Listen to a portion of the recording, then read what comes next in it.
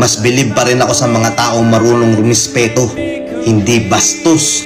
Na porket nagkaroon lang ng titulo, akala mo kung sino na. May kilala kayong ganito? Oo, marami, di ba? Na akala nila porket may hawak na silang diploma, bida na sila kagad. Pwede na nilang tapak-tapakan yung mga taong hindi nakapagtapos. Hindi naman lahat. Oo, hindi naman lahat, pero maraming ganito, di ba? Minsan nyo bang naririnig to sa paligid nyo? Na may isang taong kaiinisan nyo kasi ang gaspang ng ugali. Tapos gagamitin yung mga linyahan na naturingang may pinag-aralan pero walang modo. Gamit na gamit yung linyang yun, di ba? Kasi oo, totoo. Merong mga tao dito na nakapagtapos, nakapag-aral, akala mo kung sino na. Minamaliit na nila yung mga kasama nilang hindi nakapagtapos. Akala nila bida na sila. Bigyan kita senaryo na madalas nangyayari. Nagkita-kita kayo ng mga kabatch mo noon. Ano purpose kung bakit kayo nagkita-kita?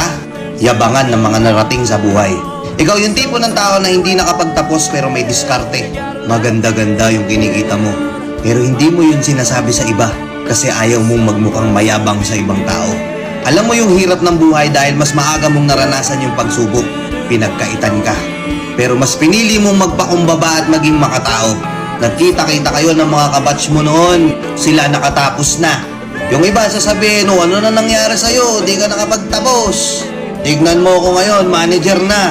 Ganda na ng trabaho ko, ikaw nandyan ka pa din. Binanatan ka agad ng ganun na hindi nila alam na mas malakas ka pa kumita sa kanila. Nangunguna yung kayabangan nila. Minamaliit ka agad nila. Nangyayari tong mga gantong senaryo na to, di ba? May mga kamag-anak ka na bidang-bida sa pamilya nyo. Kasi taas ng tinapos eh. May diploma. Siya yung bida sa pamilya. Pero kapag nagkikita-kita, napakagaspang ng tabas ng dila. Hindi makatao. Akala kasi nung iba, porket nakapagtapos ka, okay lang na magbida-bida ka. Lalapitan ka na ng mga tao. Hahangaan ka na. Oo, hahangaan ka nila kung nakapagtapos ka at nanatili kang mapagkumbaba. Pero pansinin nyo, yung iba nakapagtapos lang nawala na ng respeto. Nakapagtapos lang nag-iba na ugali.